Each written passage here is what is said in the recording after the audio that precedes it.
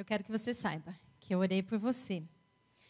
Eu fui apresentada hoje de manhã e falaram, que eu trabalho na Casa Publicadora Brasileira, que é a editora dos Adventistas do Sétimo Dia. E vocês podem imaginar que, como eu trabalho numa editora, eu gosto muito de histórias. Gosto de histórias. Vocês gostam? Gostam? Os adultos também ali? Gostam? Então, eu vou contar uma história para vocês. Vou começar com essa história. Existe uma história que foi a história que deu origem a todas as outras histórias. Você sabia disso? Uma história que deu origem a todas as outras histórias. Pode ser que você me olhe com uma cara assim de dúvida, né? Estou vendo ali, estão me olhando, como assim, né? Uma história que deu origem a tantas outras histórias. Mas é assim, e é uma história tão fácil, tão simples, que até as crianças entendem.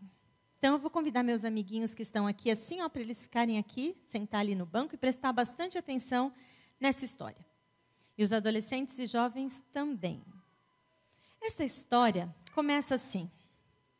Eu resumi aqui porque é uma história cheia de detalhes, ela é tão incrível que se eu tivesse que contar a história toda, a gente ia passar a tarde inteira aqui, eu não ia conseguir terminar. Então, eu resumi para a gente falar sobre os outros assuntos também, ok? Essa história começa assim. Tudo era perfeito no céu. Havia ordem e todos viviam felizes. Os anjos amavam seu Criador e tinham alegria em servi-lo. Deus criou os anjos com a liberdade. Gravem essa palavra. A liberdade de fazer escolhas. Eles não eram como robôs que só faziam o que lhes mandavam. Jesus, o Filho de Deus, sempre estava entre os anjos. Ele até tinha um nome especial pelo qual ele era conhecido entre os anjos. Você sabe que nome é esse? Miguel. Arcanjo Miguel. A Bíblia fala que esse é um dos nomes de Jesus. Tudo estava bem no céu. Deus estava planejando criar um novo mundo, a Terra, o nosso planeta.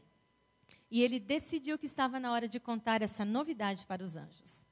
Junto com seu filho Jesus, ele criaria um lugar maravilhoso e faria seres muito parecidos com eles. Todos os anjos ficaram muito felizes com essa notícia. Mas algo estranho, que havia começado a surgir no coração de um daqueles anjos, se tornou mais forte.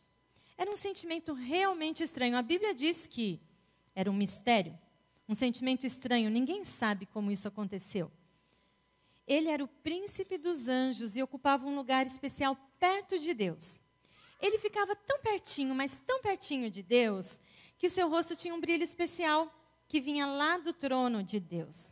Por causa dessa luz especial, o seu nome era Lúcifer. Lúcifer, que quer dizer anjo de luz. Mas observe, essa luz que ele tinha no rosto dele não era uma luz própria. Ela não vinha de Lúcifer, de dentro dele. Ela vinha do trono de Deus. Como ele estava muito, muito perto de Deus, essa luz refletia no rosto dele. Bem, Lúcifer não gostou de saber que Jesus, o Filho de Deus, estava sendo honrado mais do que ele. Ele queria estar no lugar de Jesus, o Filho de Deus. Por isso, ele decidiu ficar contra Deus. E ele começou a contar mentiras sobre Deus para os anjos, dizendo que ele era um rei mau, suas leis não eram boas, eles nem mesmo precisavam delas, porque eles já eram seres inteligentes. Deus sabia exatamente o que estava acontecendo. E sabem o que Deus fez? Nada. Deus deixou Lúcifer contar suas mentiras. O que vocês fazem quando alguém conta uma mentira a respeito de vocês? Sabe, às vezes na escola, aquele colega, às vezes vem uma amiga, uma colega, conta uma mentira a respeito de vocês. Vocês querem provar que essa pessoa está errada, não é? Isso que a gente tem vontade de fazer. E Deus fez isso também. Ele provou que Lúcifer estava errado, dando tempo para que ele mostrasse suas verdadeiras intenções. Se tivesse destruído Lúcifer, os anjos poderiam pensar que ele estava certo e passar a servir a Deus por medo e não por amor. A Bíblia diz que houve uma guerra terrível no céu. Eu não sei como aconteceu essa guerra. Eu não sei se havia armas, não sei como que foi. Mas a Bíblia diz que foi uma guerra terrível. E Lúcifer e todos os anjos que quiseram ficar do lado dele tiveram que ser expulsos do céu. De anjo de luz, Lúcifer agora se tornou o príncipe das trevas e ele recebeu um novo nome. Ele passou a ser chamado de Satanás, que quer dizer inimigo, adversário. Isso é o que o nome Satanás quer dizer. Bem, depois disso, Deus, Jesus e o Espírito Santo criaram a terra e os seres humanos. Mas, infelizmente, Adão e Eva também acreditaram nas mentiras de Lúcifer e pecaram. Essa história poderia ter acabado aqui, mas não foi isso que aconteceu. Deus tinha um plano secreto para salvar o ser humano. E esse plano se chamava Jesus. Porque Jesus veio para nos salvar. Aqueles que escolherem ficar do lado de Deus irão para o céu e viverão a mais linda história de todas. Cada vez que nós escolhemos obedecer a Deus, nós estamos decidindo ficar do lado certo. Muitas vezes Satanás vai nos tentar, vai nos enganar, mas se nós conhecermos a Deus e obedecermos a Ele, nós não seremos enganados e defenderemos o que é certo. Esta é a primeira das histórias. E logo você vai entender porque eu comecei contando essa história. O tema da nossa palestra, vamos por aqui, ligar primeiro. Pode pôr lá, por gentileza. Isso, preparando uma geração. Eu contei hoje de manhã a história de um missionário. Vocês ouviram, né? Eu vou recapitular rapidamente, porque alguns dos nossos amigos talvez estejam vindo só agora à tarde e não ouviram de manhã. Um missionário adventista que estava trabalhando na América do Sul, num dos países, ele estava esperando o ônibus. Quando o ônibus chegou, ele se sentou ao lado de um senhor. Esse senhor, ele era um curandeiro, um Dr. Witch, uma mistura de médico com feiticeiro. Em muitos lugares existem esses costumes, assim, né, de uma pessoa que ela faz ali algumas poções, algumas coisas, e para curar as pessoas, né? E ele começou a conversar com David, e ele disse que ali na região ele era responsável em lançar feitiços sobre as pessoas. Ele disse, eu posso lançar um feitiço sobre alguém e fazer essa pessoa, por exemplo, ficar muito doente. Mas eu posso lançar um feitiço e fazer ela ficar boa. Posso lançar um feitiço e fazer a pessoa ficar muito rica. Mas eu também posso lançar um feitiço e fazer com que ela perca tudo que ela tem. E David, então, ouviu aquilo. E ele talvez tenha ficado com uma expressão de incredulidade, né? Talvez não tenha acreditado muito naquilo. Então, o curandeiro fez um desafio a ele. Falou assim, David, se você quiser, eu posso lançar um feitiço na sua casa, na sua família, fazer a sua esposa te deixar e trazer para você a mulher dos seus sonhos. E David falou, não, na minha casa você não pode tocar, você não pode fazer nada contra a minha família. O curandeiro, não, eu posso, David, não, não pode. E aí ficou aquela situação, né? Ele falou, ok, eu vou te fazer algumas perguntas e você me responde, dependendo do que você responder, você vai ver se eu posso ou não posso tocar na sua casa.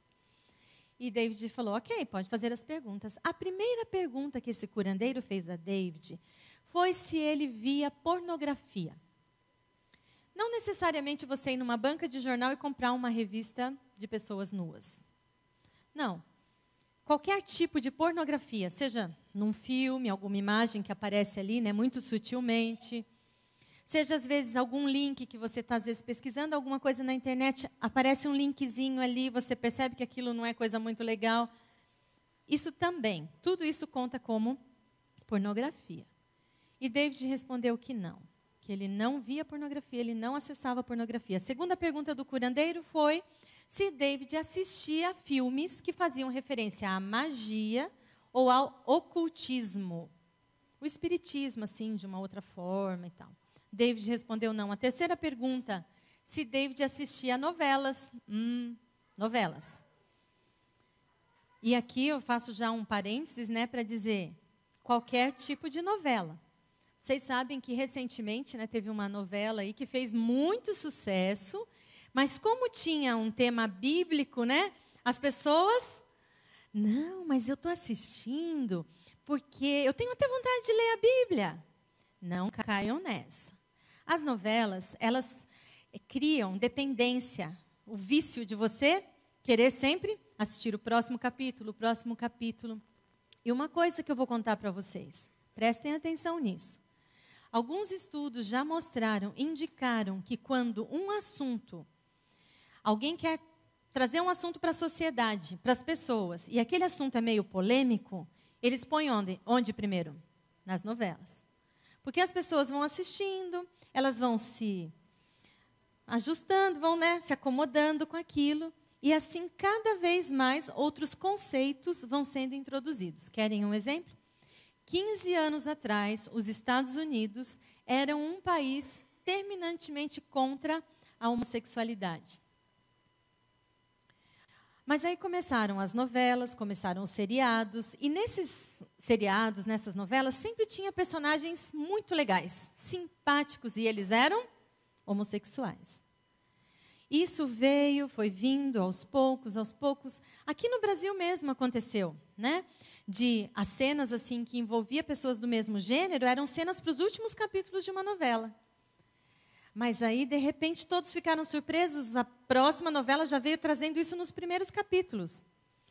Perceberam que como foi rapidinho, essa novela que eu estou me referindo, ela não foi muito assim, não rendeu tanto, diminuíram até um pouco, porque chocou muitos na sociedade. Eles chegaram à seguinte conclusão: não, o povo ainda não está preparado para isso. Vamos guardar um pouquinho esse assunto, e depois a gente apresenta de novo.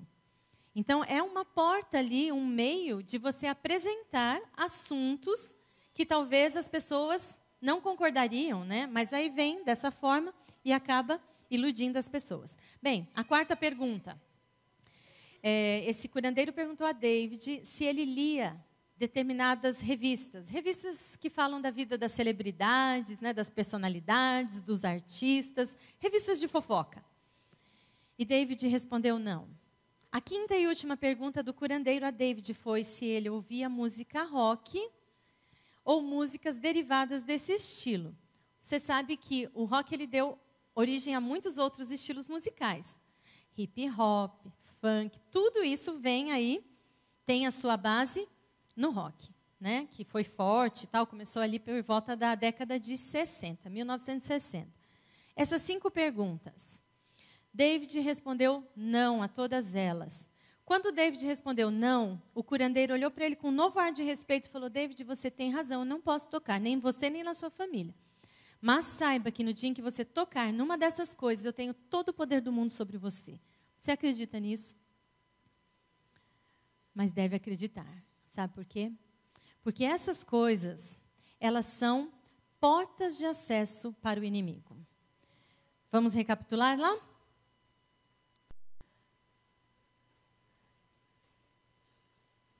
Vamos voltar aqui. Isso. Pornografia, filmes que façam referência ao ocultismo ou à magia, novelas, revistas de fofoca e música rock e os seus estilos derivados. Portas de acesso. Sabe para quem? Se esse curandeiro disse que se ele se envolvesse em alguma dessas coisas, ele tinha todo o poder do mundo, porta de acesso para quem? Para Satanás. Sabem que Deus é um verdadeiro cavalheiro. Ele quer entrar no seu coração, ele quer te influenciar, mas ele nunca vai forçar. Do lado de dentro está a fechadura dessa porta que ele bate. Só você pode abrir. E ele bate e espera que você abra. O inimigo, Satanás, ele não age assim. Ele bate a porta, uma ilustração, e você pensa, eu não vou abrir. Por quê? Eu sei, eu estou percebendo que isso daqui não é legal, não é bom, eu não. Mas todo mundo, não, mas eu não quero saber disso. Mas aí ele dá um tempinho, ele dá uma volta, ele bate de novo, só que agora o toque está diferente, aí você já não tem mais tanta certeza. Aí você fica em dúvida. Ele espera um pouquinho mais, ele bate de novo. Quando ele bate de novo, agora você já não tem certeza mesmo. Está muito diferente. Eu acho que aqui... Não, eu acho que isso daqui não é o que a gente está pensando, não. Eu acho que isso vai ser legal para mim. Até que você abre a porta. Quando você abre a porta, ele escancara a porta, coloca o pé ali, entra e fala, agora eu não saio. Porque foi você que abriu. É assim que ele age. Joga sujo. Ele nunca vai ser leal. Ele nunca vai te falar a verdade. Ele vai jogar sujo.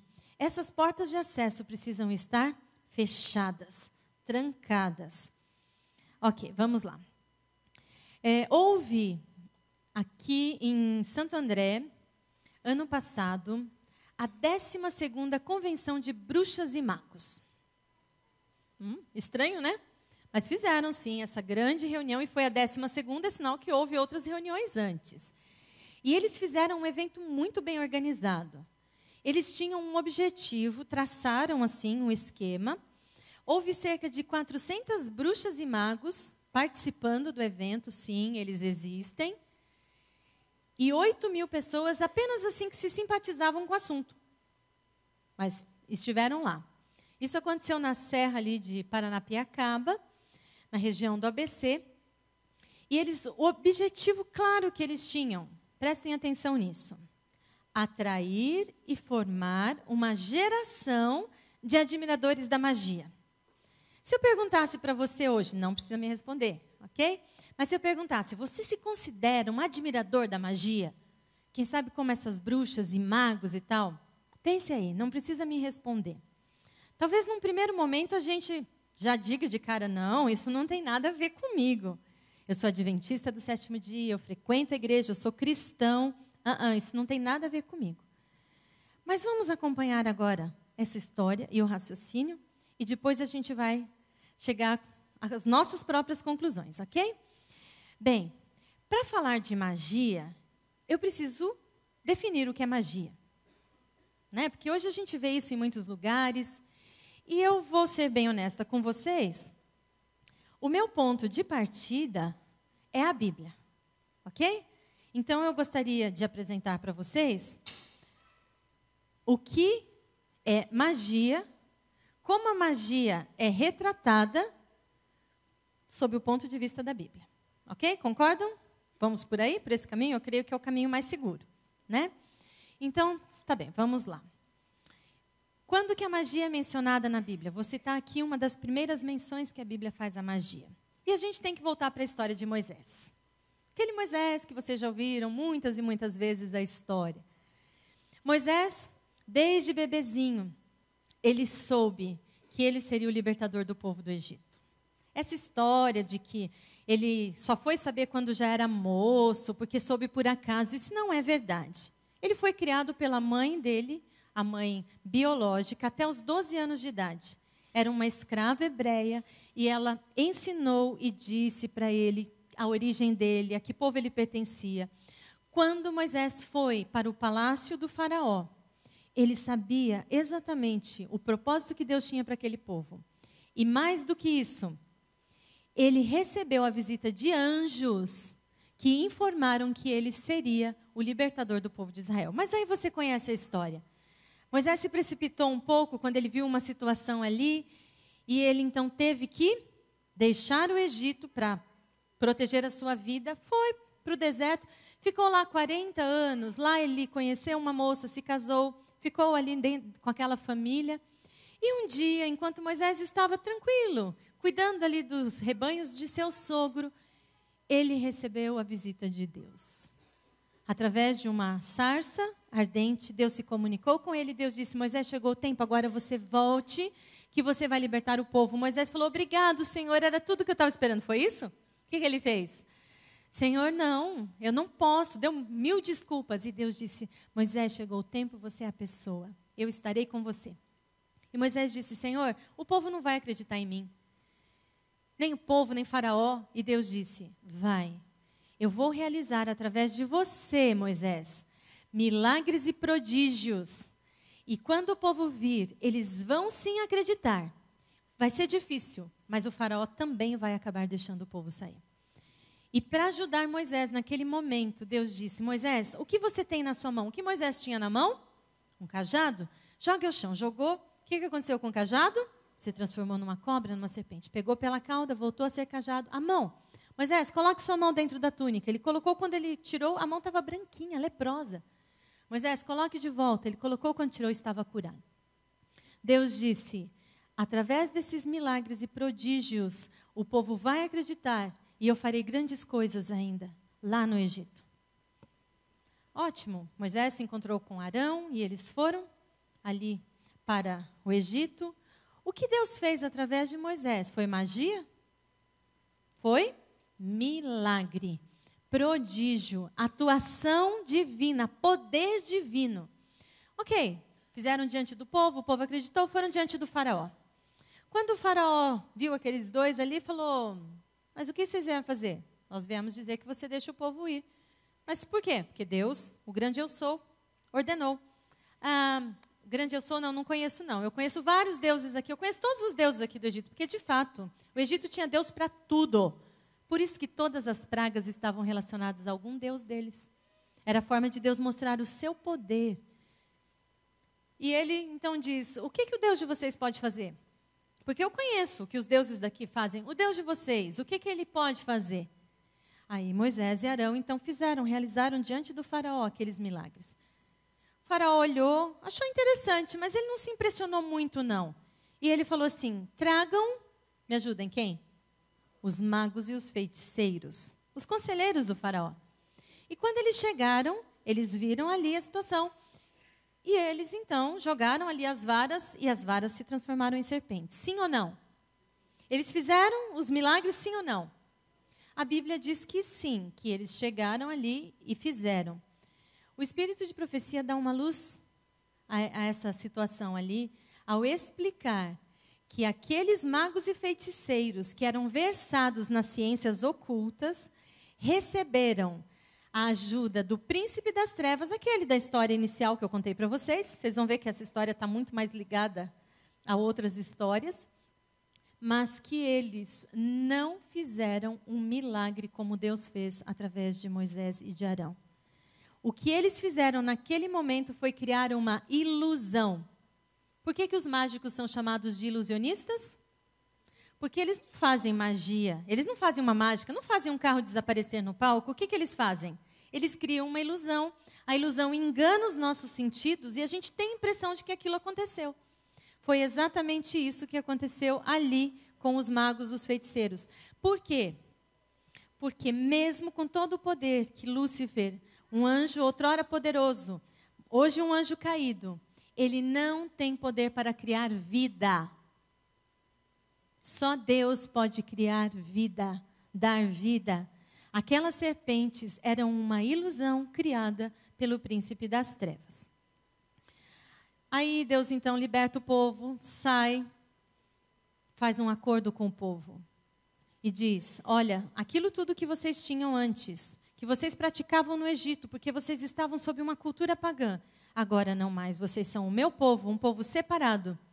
E entre as coisas que Deus propõe ali como aliança ao povo, ele diz que eles não devem ter entre eles magos, feiticeiros, praticantes da feitiçaria, da magia, do ocultismo. Por quê? Comunicação com os mortos, porque o Senhor tem repugnância por quem pratica essas coisas. Deu para a gente entender? Onde que está? Bem, o que a gente tem aqui então? Tudo o que Deus faz, Satanás, ele que não cria nada, ele trabalha com aquilo que Deus cria, que Deus faz. Você sabe o que é uma contrafação? É uma falsificação. Deus faz as coisas, o inimigo vem e falsifica aquilo. Podemos dizer, afirmar que, da mesma forma que Deus usou os milagres e prodígios, ali para mostrar o seu poder, a sua atuação, o inimigo usou a magia como uma falsificação para os milagres de Deus. Está bem assim? Foi fácil a gente compreender esse conceito? Concordam? O que a Bíblia nos diz? Ok, por quê? Por que Deus teve tanto cuidado e tanto zelo ao dizer que entre o povo dele não deveria haver nenhum tipo dessas ciências ocultas aí? Porque a base da feitiçaria, da bruxaria, é a comunicação com os mortos. E quando você pensa em comunicação com os mortos, você volta para a mesma mentira contada lá no Éden ainda a Adão e Eva. Que a serpente ali, que era, na verdade, Satanás, Lúcifer, disse que eles poderiam desobedecer sim e comer do fruto, porque eles certamente não morreriam. Deus estava se referindo a uma morte eterna. E isso começou a acontecer naquele dia que eles pecaram. eles começaram a morrer a partir daquele dia. O plano de Deus era que o ser humano vivesse para sempre. Naquele dia da desobediência, eles começaram a morrer e a vida do ser humano passou a ter um limite de tempo, ok? Tá bem. Olhem esse texto. Há muitos que nem podem se imaginar consultando médiuns espíritas, mas são atraídos por formas mais agradáveis e sutis do espiritismo. Talvez você não teria coragem de sair da sua casa e ir a uma sessão espírita. Mas pode ser que na sua casa você esteja vendo, acessando coisas em que aconteçam verdadeiras sessões espíritas. Precisamos cuidar com as portas de entrada. Quando eu comecei escrevendo para crianças e tal, depois eu me aventurei a escrever para adolescentes, fui meio acompanhando assim os meus filhos enquanto eles cresciam. E eu tinha uma curiosidade muito grande. Eu queria saber o que havia em determinados materiais que atraíam tanta atenção das crianças, dos adolescentes e dos jovens. Era uma coisa assim, foi um fenômeno praticamente, porque elas deixavam tudo que elas estavam fazendo para ler. E muitos professores começaram a se entusiasmar com isso, porque elas estavam lendo livros de 400, 500 páginas, e um atrás do outro, e uma sequência inteira.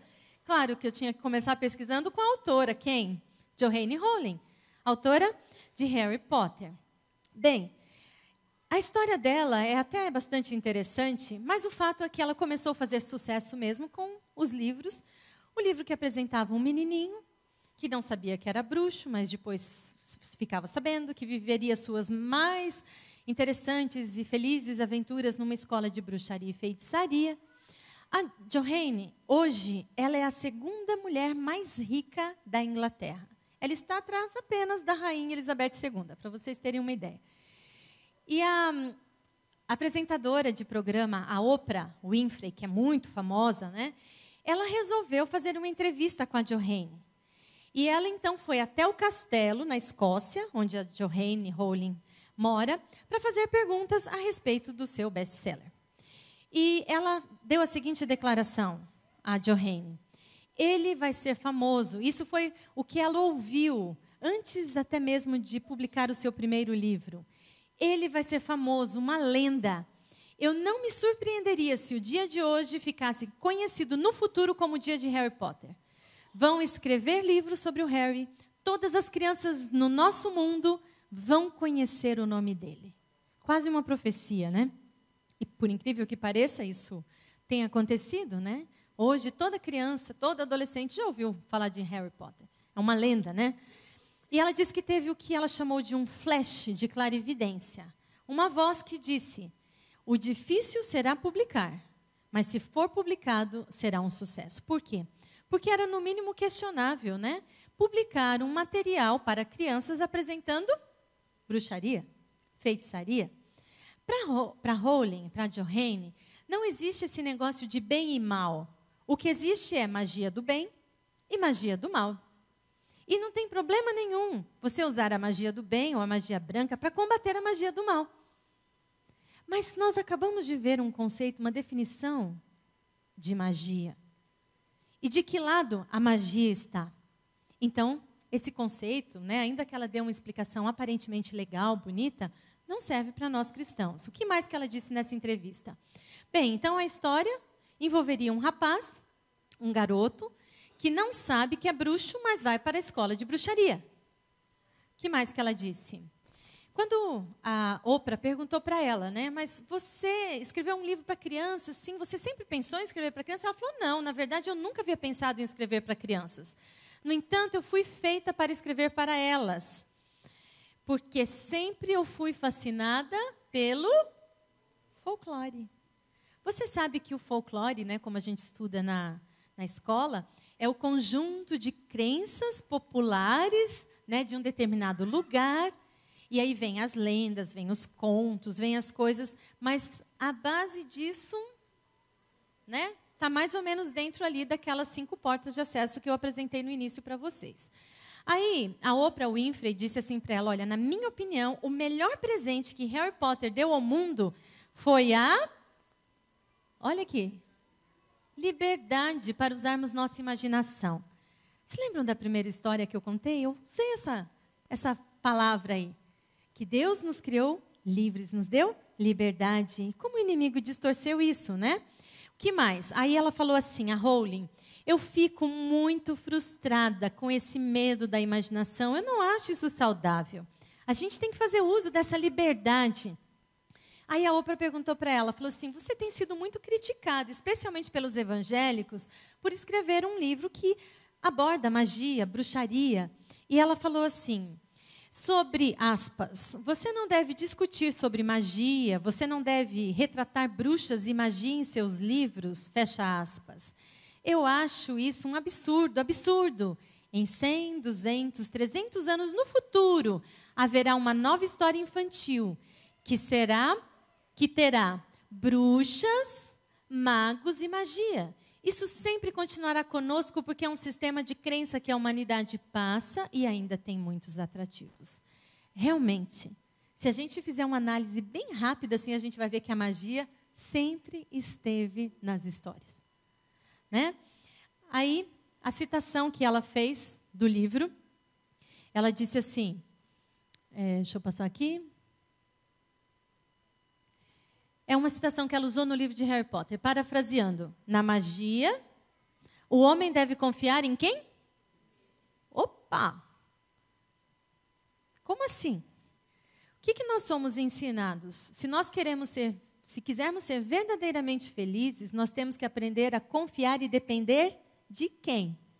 De Deus, não em nós mesmos. A Bíblia mesmo diz, enganoso é o coração e tal. A gente não pode confiar em nós mesmos. A gente tem que confiar em Deus, porque Ele sabe todas as coisas e Ele pode nos dar orientações seguras, né?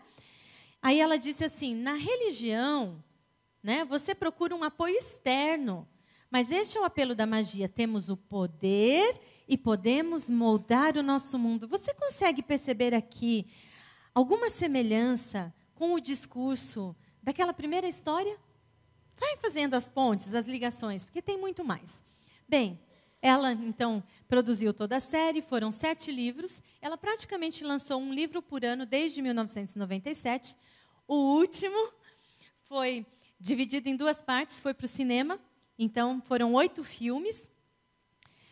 Esse daqui é o parque de Harry Potter, que fica lá no estúdios da Universal, em Orlando, o dia da inauguração. A cidade parou nesse dia, até o presidente Barack Obama estava lá. A gente pode dizer que essas pessoas aqui são admiradoras da magia? Sim ou não? Sim. Talvez elas não tenham consciência, mas elas estão ali, inclusive nessa foto parece que estão em atitude ali realmente de reverência, de adoração, né? Bem, ok, guarde aí um pouquinho agora essas informações. Primeiro livro, 97, último livro, 2007. Todos os livros foram publicados, praticamente um por ano. O menino que começou sua história com 11 anos foi crescendo. Ele não continuou com 11 anos os livros todos. Cada ano ele estava um ano mais velho, certo? Aí a gente viu, em 2005, chegou aqui ao Brasil, a série Crepúsculo. Stephenie Meyer é a autora. Ela disse que em 2003 teve um sonho. Nesse sonho, ela viu o que se tornaria o 13º capítulo do seu primeiro livro. Ela começou a escrever um livro pelo capítulo 13. Por quê? Porque é onde acontecia o encontro dos personagens. Que personagens? Um jovem vampiro que se apaixona por uma adolescente, Edward e Bella. Uma linda história de amor. Sim? Por quê? Olha aqui. Apenas uma definição do que são vampiros. Eu não vou falar assim, no meu tempo, senão vocês vão achar que eu sou velha. Mas era uma coisa de que vampiros, lobisomens, essas coisas assim, só filme de terror, e nem precisava dizer para um jovem cristão que ele não devia assistir aquilo, porque era um filme de terror. Mas vejam aqui, quando as coisas vêm numa outra embalagem, né? De um romance, um rapaz que respeita a mocinha, e você fica torcendo porque ele é encantador, ele é bonito, né? Mas uma definição do que são vampiros, olha lá. Vampiros são espectros de seres malignos, vítimas de suicídio ou bruxos, mas podem ser criados quando um ser maléfico possui um corpo ou quando se é mordido por um vampiro. Coisas que ninguém conta, né? A gente só tem a história ali bonitinha, mas a origem das coisas. Bem, em 2012, a gente viu o lançamento dessa trilogia, dessa série, cuja autora é Erika James, também uma autora britânica, ela foi leitora da série Crepúsculo, mesmo sendo uma mulher casada, com filhos. E ela disse que gostou muito daquilo. Ela começou sua carreira de escritora escrevendo histórias sobre os personagens do Crepúsculo. É o que a gente chama em literatura de fanfic. Uma pessoa que é tão fã de um personagem de ficção, que ela passa a escrever histórias sobre ele. Fanfic. E ela disse que sentiu falta, né, nos romances ali, de uma relação um pouco mais apimentada entre os personagens, porque isso é o ponto forte, né? Muitos jovens chegam e falam assim: não, tia, você não está entendendo, porque, olha, eles se preservam, eles até o casamento é bonito, é um exemplo, né, para a gente. Mas ela achou que isso não era suficiente, precisava ter uma coisa um pouco mais apimentada. E ela, então, começou a escrever seus próprios livros, que deram origem à trilogia 50 Tons de Cinza. Erica James, quando esteve no Brasil, ela deu uma entrevista no Fantástico. E a repórter perguntou para ela: Erica, você tem filhos adolescentes. Você incentiva seus filhos a lerem o que você escreve? Porque qual é a história? Uma universitária que se envolve com um jovem empresário que tem um comportamento excêntrico, no mínimo duvidoso de relacionamento, sadomasoquismo, a distorção completa do que deve ser o relacionamento entre um homem e uma mulher, como Deus planejou. E ela respondeu o seguinte: não, eu não deixo meus filhos lerem o que eu escrevo. Na verdade, eu não faria isso nem se eu tivesse um revólver apontado para a minha cabeça. Quer dizer, eu não quero isso para os meus filhos, mas para os filhos dos outros eu não me importo? Alguma coisa está errada aí, né? Mas vamos lá. Claro que o livro deu origem ao filme.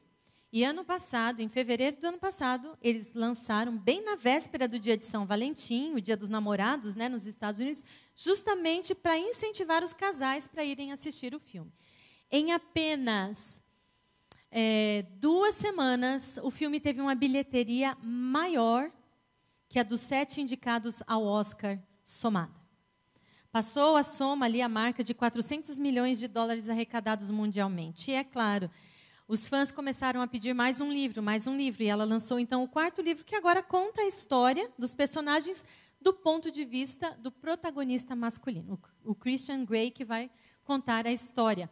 E vendeu mais de 1 milhão de cópias em apenas 4 dias. Só para a gente ter uma ideia, né, como isso vai envolvendo as pessoas. O que a gente tem aqui? Apenas para a gente entender, um ponto de partida.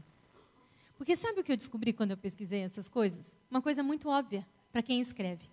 Se você quer atrair o seu público, você precisa ter personagens com a idade deles. Para quê? Para que eles se identifiquem. Todo leitor vai buscar a identificação com algum personagem do livro. E, claro, foi isso que aconteceu, porque o menino que tinha 11 anos, ele foi crescendo. Ele chegou ao último livro, penúltimo, né, porque daqui a pouco eu vou falar mais sobre isso, com 18 anos. Foi formando uma geração. Em 2005, uma criança que tinha 10 anos, em 97, começou a ler a série Harry Potter, ela chegou, em 2005, aos 18 anos de idade, que era o público de Crepúsculo. A mesma criança que tinha 10 anos em 97 se tornou o jovem adulto ali de 25 anos em 2012, quando foi lançada a trilogia 50 Tons de Cinza. Foi o mesmo público, né? Que foi preparando. Mas vamos lá, o que mais que a gente que eu quero mostrar para vocês aqui? Deixem, por gentileza, isso aqui. Ellen White compara a leitura às sementes, que são lançadas na mente das crianças e vão produzir os seus frutos. Gosto muito dessa frase do Steve Olberg. É um pastor adventista. Ele foi um dos primeiros a perceber o perigo que Harry Potter estava trazendo para os cristãos, né? Ele disse que os livros são uma força poderosa para o bem ou para o mal. Parece uma frase comum, simples, mas por quê? Prestem atenção nisso, olha. Porque os livros, eles vão refletir os pensamentos, as crenças, as convicções e o caráter dos seus autores. Sabe o que isso quer dizer? Que nenhum autor escreve uma obra sem ter um objetivo. Quando vocês leem uma obra, vocês estão praticamente conhecendo o caráter dos seus autores. E isso pode ser uma coisa para o bem, pode ser um livro para o bem, né? Os autores que são ali, que têm um objetivo legal e tal, mas pode ser para o mal também. Ok? Vamos ver. Qual foi o tema que passou por todos os livros de Harry Potter. A morte. Foi uma declaração da própria autora. Ela disse que os livros dela abordam bastante a morte. Estranho. Como assim? Você vai escrever para uma criança, né? E você vai abordar a morte por quê? Porque o interesse dela não era, na verdade, na morte, mas era em como ela apresentaria a imortalidade. Ok? Apenas um alerta aqui, né? Vamos cuidar, olha. Às vezes com uma camiseta que a gente usa, às vezes, né, um detalhezinho no chinelo, no cinto. Esse símbolo, queridos, é o símbolo da morte. Se você quer alertar alguém, uma torre de alta tensão, você vai ver ali um bonequinho bonitinho, você vai ver o quê? Uma caveira. Perigo, perigo, não se aproxime. Esse símbolo, ele está totalmente relacionado com a morte. Alguns jornalistas, inclusive, procuraram fazer campanha e divulgar, né? Que não, isso daqui é para mostrar a essência do ser humano. No fim, todos são iguais, né? Vão todos se transformar em ossos, não sei o quê. Mas não se iludam. Ellen White diz que o culto aos mortos é, na verdade, o culto aos demônios. Deixar bem claro aqui. Porque vocês têm condições de acompanhar isso. Até as crianças têm. Sabem quem são os demônios? Aqueles anjos que ficaram do lado de Lúcifer e que foram expulsos do céu. São os anjos caídos. Eles são os demônios. Essa história que a gente vê, às vezes, que aparece assombrando e tal, os demônios. Não se deixem levar por isso. Porque essa é uma forma, às vezes, até de desviar o seu foco. Porque você fica achando que, então, demônio é aquilo. O diabo é do jeito que pintam, do jeito que representam. Quando ele aparecer na verdadeira forma dele, talvez você não enxergue. Então, tem que entender o que está por trás e cada coisa está ligada a quem? Só tem dois lados.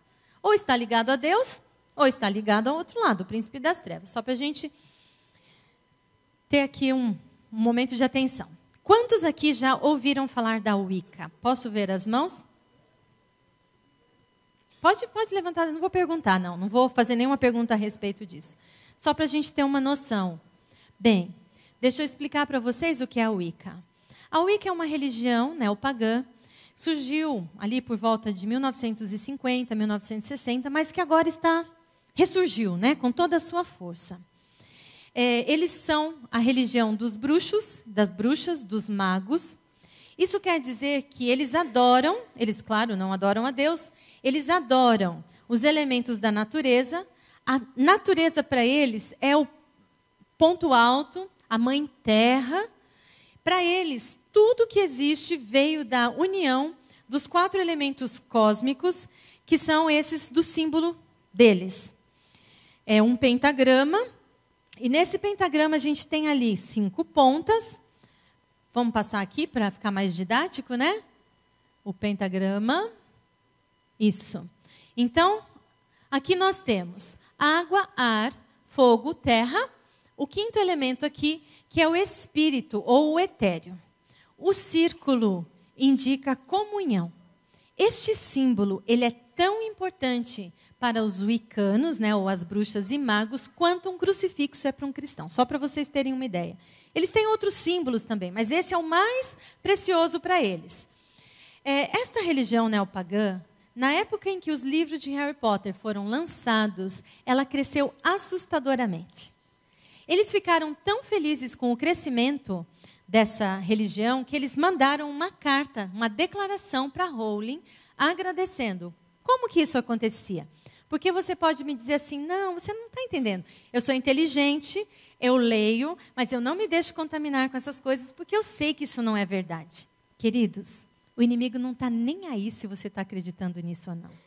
Nem aí. Sabe o que ele quer? Apenas um espaço. É só isso. É só um espaço. Lembram da ilustração que eu contei no início, da porta e tal? É só isso que ele quer. Bem, o que aconteceu é que muitas crianças, muitos adolescentes, eles liam Harry Potter e eles começavam a pesquisar na internet. Bruxaria, feitiçaria, Harry Potter. Onde que dava? Direcionava para onde? Para Wicca. E eles descobriram, tem uma religião mesmo, isso existe. Tem mesmo bruxos e bruxas e magos, eles existem. Eu quero ser um também. E eles, então, iam pesquisando. E, nesse período, a Wicca teve um número enorme de adeptos. Aqui no Brasil, tem um dado que dá como oficial o número de 300 mil adeptos à bruxaria e à feitiçaria dessa religião, da Wicca. Mas deixa eu contar uma experiência que aconteceu comigo. Ano passado, eu estava em uma viagem para Cuiabá, estava no avião, e eu me sentei do lado de uma senhora. E quando eu sentei ali, eu estava muito concentrada, né? Eu estava vendo alguns detalhes de uma palestra que eu ia apresentar para adolescentes, e eu vi que ela estava mudando o canal, toda hora, da televisãozinha que fica ali, né, no banco. E mudava o canal, e mudava o canal, e mudava o canal. Daqui a pouco ela virou para mim e falou assim, hoje a gente não consegue assistir mais nada, né? Eu falei, ai, desculpa, eu estava aqui concentrada, né? Ela falou, novela, olha, não dá mais para a gente assistir novela. E começou a falar lá de uma novela Sete Vidas, sei lá o que ela disse. Comecei a assistir, agora o incesto sendo apresentado na novela. Eu falei, ai, desculpa, eu não conheço, não assisto. Ela falou, você está indo para Cuiabá para quê? Eu falei, eu estou indo para fazer uma palestra para os adolescentes. Ah, é? Você é religiosa? Eu falei, sou adventista do 7º dia. Ela falou, eu também sou religiosa, eu sou batista. Ela falou que gostava muito dos adventistas, eu também falei que gostava muito dos batistas, e conversa vai, conversa vem. Ela falou, mas você vai falar o quê para os adolescentes? Aí eu falei mais ou menos o assunto dessa palestra. Quando eu mencionei Wicca, ela falou assim, Deus colocou você aqui do meu lado, eu preciso te contar uma coisa que assim, aconteceu recentemente. O pastor da minha igreja apresentou um áudio para a gente, contando uma experiência assim, que aconteceu com outro pastor. Ela me mandou o áudio, depois eu ouvi com detalhes, mas só para vocês entenderem a história. Ela disse que esse pastor estava no avião e entrou uma senhora, sentou do lado dele e ela estava segurando um cajado. Ele falou, a senhora é pastora, né? Está segurando esse cajado? Ela deu uma risada e falou, eu? Não, eu sou dançarina, né? Da dança do ventre, mas eu também sou uma Wicca. O pastor não sabia o que era Wicca, ficou com cara de paisagem. Aí ela, percebendo, falou assim, você sabe o que é uma Wicca? Ele falou, não. Ela falou assim, eu sou uma bruxa. Aí ele, bruxinha? Aí ela falou assim, não, eu sou uma bruxa mesmo, encarnação de uma bruxa que morreu queimada numa fogueira no século XV. E eu estou voltando de uma reunião em que 27 bruxas estiveram reunidas de vários lugares do Brasil, para a gente traçar as próximas estratégias, as próximas abordagens. Aí ele falou, uau, mas vocês são muitos? Ela falou assim, só no Brasil 4 milhões. Eu mostrei o dado oficial para vocês. Se vocês fizerem uma pesquisa de dados oficiais de registro, 300 mil. Ela falou 4 milhões. Ela falou assim, e o nosso público-alvo são adolescentes entre 15 e 18 anos, em sua maioria, 3 milhões. Ele falou, com tanta gente, onde vocês se reúnem? Ela falou, prestem atenção nisso. Nas matas e florestas, também foi onde aconteceu aquela convenção que eu mostrei no início. Nas matas e florestas e nas salas de bate-papo da internet. A gente não precisa de uma igreja, a gente não precisa de um espaço grande, nós temos nossas reuniões nesses pontos. Florestas e matas, e nas salas de bate-papo da internet. Por isso, jovens, eu faço um apelo a vocês. Cuidem com as portas de acesso. O inimigo não está interessado em te convencer das coisas. Ele quer apenas uma porta de acesso. Bem, vamos lá ver o que mais? Ok. A gente já entendeu, né, o que é magia, como a Bíblia retrata a magia. Então, agora eu quero mostrar para vocês alguns textos que Ellen White, a profetisa da Igreja Adventista, fala o que ela fala sobre magia. E vocês vão ver com o que eu vou mostrar daqui para frente, que ela tem razão em todas essas declarações. Olhem lá. Satanás é o idealizador da magia. A feitiçaria é a bandeira do príncipe das trevas. Ele é o autor de todo mal, idealizador de todos esses mistérios e artes diabólicas. Muitos livros que os jovens têm lido foram idealizados pelos agentes de Satanás para seduzir a mente com teorias elaboradas, aqui tem um espacinho, na sinagoga dele. Às vezes a gente pensa que é apenas um entretenimento, né? Gostoso, agora eu vou relaxar um pouco, vou pegar um livro, vou ler, vou assistir um filme. Nós precisamos estar muito atentos ao que está sendo apresentado. Tem magia? Fiquem longe. tem magia, fiquem longe. Aqui está bem definido de que lado a magia está e por que ela tem sido apresentada. Quantos aqui estiveram na Bienal do Livro, que aconteceu em 2014, aqui em São Paulo? Ali estou vendo uma mão, ali outra, lá atrás. Talvez vocês tenham presenciado, visto o que eu e meu marido vimos quando nós chegamos nessa Bienal. É a Feira Internacional do Livro, né, muito famosa, acontece a cada 2 anos aqui em São Paulo. E como nós trabalhamos com livro, a gente tem muito interesse em saber, né, o que está no mercado, o que as pessoas estão lendo. E nós quase voltamos, assim, porque a gente pensou que estava no lugar errado.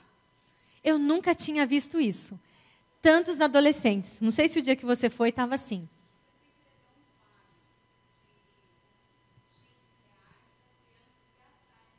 Investiram nisso, né? Nas crianças e adolescentes. Por quê? Porque esse era o público-alvo dessa Bienal, foi esse. Eles divulgaram isso, crianças e adolescentes. Mas parecia assim, era uma coisa que eu falei, uau, a gente está no lugar certo, né? E eles pareciam assim, só andavam em grupos e todo mundo animado e feliz. Aí você entrava nos estandes, esse era o material que estava disponível, sendo oferecido para os adolescentes. O que tem aqui, né? Olha ali, ó, The Walking Dead, aqui Fallen Angels, né? Anjos Caídos, a série Os Instrumentos Mortais, da Cassandra Clare. Olha aqui. Essa é a autora da série Os Instrumentos Mortais. E ela era a pessoa mais aguardada nesse evento. O dia que eu e meu marido fomos, ela estava lá. Aqui, olha, só para vocês terem uma ideia, essas fotos são reais. Vocês vão achar, só espero que eu não ache ninguém de vocês aí, hein? Olha lá. Mas elas estavam, os adolescentes em peso. Eu nunca tinha visto isso. Esse era o meu sonho para a igreja adventista, sabe? Um dia ter uma reunião assim com tantos adolescentes e eles estarem desse jeito, vibrando com a mensagem, felizes. Eu queria ter visto isso, mas eu vou ver. Pela graça de Deus, eu sei que um dia eu vou ver isso. E eles estavam ali, animados e gritando. Ela não podia nem falar. Ela abria a boca, eles estavam histéricos, né? Observem que, especialmente, né, aqui na frente, a gente vê essas meninas com essas tatuagens aqui. São tatuagens de rena, elas saem quando são lavadas. Mas esse era o brinde. Eles passavam, compravam os livros e ganhavam como brinde essa tatuagem, que é o símbolo dos caçadores de sombras, que são os personagens, são dos livros dela, dessa série Os Instrumentos Mortais. Então, como que eles faziam? Os adolescentes compravam, tipo, eu compro 2, você compra 2 e você compra 2. Depois a gente troca, porque são livros caros. 50, 60 reais, muitas páginas. E eles, então, estavam ali ouvindo, né, e se deliciando com aquilo. Quais são os elementos que agora são apresentados nos livros dela? Observem. As criaturas ali sobrenaturais, como demônios. Quem que eu falei que são os demônios? Anjos caídos, né? Lobisomens e vampiros. Os livros são cheios mesmo desses personagens, e inclusive apresenta Lúcifer. Aquele anjo que eu contei para vocês, lembra? Por isso que eu falei que vocês tinham que prestar bastante atenção na primeira história, que ela estava ligada a todas as outras. Lúcifer é apresentado como um grande rebelde, de fato, mas não de uma forma negativa, porque ele, na verdade, não queria cair. Ele só não queria obedecer. Então, ele é retratado como um cara do bem, um cara que lutou pela liberdade. Os 6 livros da série são estes daqui. Só para a gente ter uma ideia, que bem rapidamente, Cidade dos Ossos, Cidade das Cinzas, Cidade de Vidro, Cidade dos Anjos Caídos, Cidade das Almas Perdidas e Cidade do Fogo Celestial. Observem que vai assim num crescendo mesmo, né? Vou mostrar para vocês apenas aqui o 4º livro da série. Ele tem um capítulo que se chama E Caim se ergueu, e o último capítulo, O Inferno está satisfeito. Pergunta, você conhece outro Caim, fora aquele que é mencionado na Bíblia? Você colocaria o nome do seu filho de Caim? Não. Por quê? Porque Caim ele está associado a Lúcifer, o grande rebelde. Quando Caim ofereceu as frutas, os vegetais em sacrifício em lugar do cordeirinho ali que Deus pediu, ele não estava oferecendo o que ele achava que podia oferecer de melhor. Não. Sabem por que ele fez aquilo? Porque ele tinha mágoa no coração contra Deus, achando que Deus tinha sido injusto de ter feito o que fez com os pais dele, de ter expulsado eles do jardim do Éden. Foi uma atitude de rebeldia aquilo. Não foi, mas coitado do Caim, ele quis oferecer o melhor. Não foi, queridos. Agora a gente vê um livro em que um dos capítulos diz, e Caim se ergueu. Ou seja, ele está lá em cima, está com tudo. E o último capítulo, o inferno está satisfeito. Não dá, né? Mas ok, deixa eu mostrar para vocês agora quais são os 3 instrumentos mortais da série. Porque são 3. Na série, eles são mortais, né? Mas observem que são símbolos altamente significativos para os cristãos. Os 3 símbolos são a espada, o cálice e o espelho. Vamos fazer um teste aqui. O que é a espada? Oh, que legal aqui. A Bíblia, exatamente. A própria Bíblia se define como uma espada. Com 2 lâminas, sabe, que faz corte dos 2 lados. Por quê? Vocês que estavam de manhã aqui, viram que foi apresentado no Provai e Vede, como a Bíblia, quando chega na vida de uma pessoa, faz toda a diferença. É como uma espada que traz mudança. Aí nós temos o segundo, que é o cálice. Esse eu vou dar uma ajudinha aqui. Todas as vezes que a Bíblia menciona cálice, ela está se referindo a julgamento, a juízo, tá? Então está ali. E o último é o espelho, que aqueles que estiveram hoje na classe dos adolescentes, eu falei bem sobre isso. O que é o espelho? A lei de Deus. O espelho é o símbolo da lei de Deus. Por quê? É simples. Quando você suja o rosto, como que você sabe que está sujo? A menos que alguém te fale, né? Você vai no espelho e você vê que está sujo. A lei de Deus tem essa função. Como que você vai saber o que você tem que fazer, o que é certo, o que é errado? A lei de Deus diz. No livro de Tiago, na Bíblia, no Novo Testamento, ele faz essa comparação. Aqueles que são professores aqui de crianças sabem que a gente ensinava isso para as crianças, cantava, né? Mostrava ali que a lei de Deus é como um espelho. O que a gente vê aqui, queridos? Muita coisa que faz parte do nosso meio, da nossa história, sendo misturada agora com esses livros. Em Harry Potter, tem muitas citações da Bíblia, mas de uma forma distorcida, uma forma, né, equivocada. Bem, olha ali, agora, esse texto. Satanás tem soprado seu hálito venenoso sobre esses livros e uma mortal doença espiritual afeta a pessoa que os lê. Muitos deles criam aversão às palavras de verdade e justiça. Tem acontecido com você de, às vezes, acordar e falar assim, não, hoje meu dia vai ser diferente. Hoje eu vou tomar tempo para ler a Bíblia, fazer o meu culto. Aí tudo começa a acontecer. E você está lá com a melhor das intenções. Aí você pega a sua Bíblia, você começa a ler aquilo e você fala, ai, mas isso está muito chato. Eu não consigo ver graça nisso. Queridos, por quê? Porque às vezes a gente está se alimentando de tantas outras coisas e de tantos alimentos contaminados que depois, quando a gente vai pegar a Bíblia, a palavra de Deus, que tem a verdade, que tem a justiça, a gente não sente gosto por aquilo. É como um paladar. Quando você está acostumado a comer muita bobagem, muita tranqueira, muito lixo, quando você vai comer uma coisa saudável, né? Ai, eu não quero comer isso. Mas quando você se alimenta das coisas saudáveis, você percebe essa diferença no seu corpo e vai mudando o seu paladar. O outro texto diz assim, põe lá, por favor. Aqui. Vejam, existem livros de magias, nos quais muitas das cenas e descrições foram inspiradas por aquele que foi uma vez um anjo exaltado nas cortes do céu. Por isso que eu comecei contando aquela história, porque muitas histórias hoje têm surgido que estão contando de outra maneira o que aconteceu lá no céu. Dessa forma. Nós vamos fazer um intervalo agora. Eu creio que temos uma música, né? Que será apresentada. Eu quero dizer a você, internauta que está assistindo esta palestra, que ela tem continuação. Não deixe de assistir a continuação dela, porque o que vem agora são coisas muito mais impactantes. Nós precisamos estar atentos, porque existe uma maneira de desmontar essa estratégia. A estratégia que o inimigo está elaborando.